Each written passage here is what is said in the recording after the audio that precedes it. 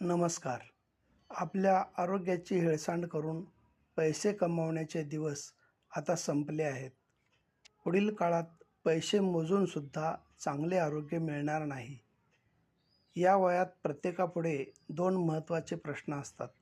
पैसा कमावणे कधी थांबवायचे आणि किती पैसा आपल्याला पुरेल. आपल्याकडे शेकडो, हजारो एकर सुपीक शेतजमीन असली तरी आपल्याला दररोज 4 मुठी अन्नधान्य पुरेसे होते. रात्री झोपण्यासाठी एक खोली पुरेशी असते. एक दिवस आनंदाशिवाय गेला तर आयुष्यातला एक दिवस आपण गमावलेला असतो आणि एक दिवस आनंदात गेला तर आयुष्यातला एक दिवस आपण कमावलेला असतो. आपला स्वभाव खेळकर, उमदा आणि वृत्ती सकारात्मक असेल तर आपण आजारातून लवकर बरे होतो. महत्त्वाचे म्हणजे आपण कायम प्रफुल्लित असू तर आपण आजारी पडणारच नाही.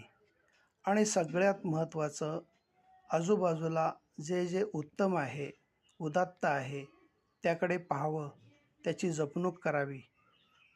आपल्या मित्रांना, मैत्रिणींना कधीही विसरू नये, त्यांना जपावं. हे जर आपल्याला जमलं तर आपण मनाने कायम तरुण राहाल आणि इतरांनाही हवेहवेसे वाटाल. मित्रमैत्रिणी नसतील तर आपण नक्कीच एकटे आणि एकाकी पडू.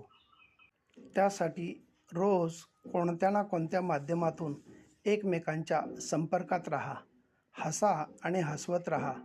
मुक्त दाद द्या. जेवढे आयुष्य आहे ते आनंदाने जगले पाहिजे. प्रेम मधुर आहे, त्याची चव चाखा. क्रोध घातक आहे, त्याला गाडून टाका. संकटे ही क्षणभंगूर आहेत, त्यांचा सामना करा. डोंगराआड गेलेला सूर्य परत दिसू शकतो, पण माथ्याआड गेलेले जिवलग परत कधीच दिसत नाहीत. धन्यवाद.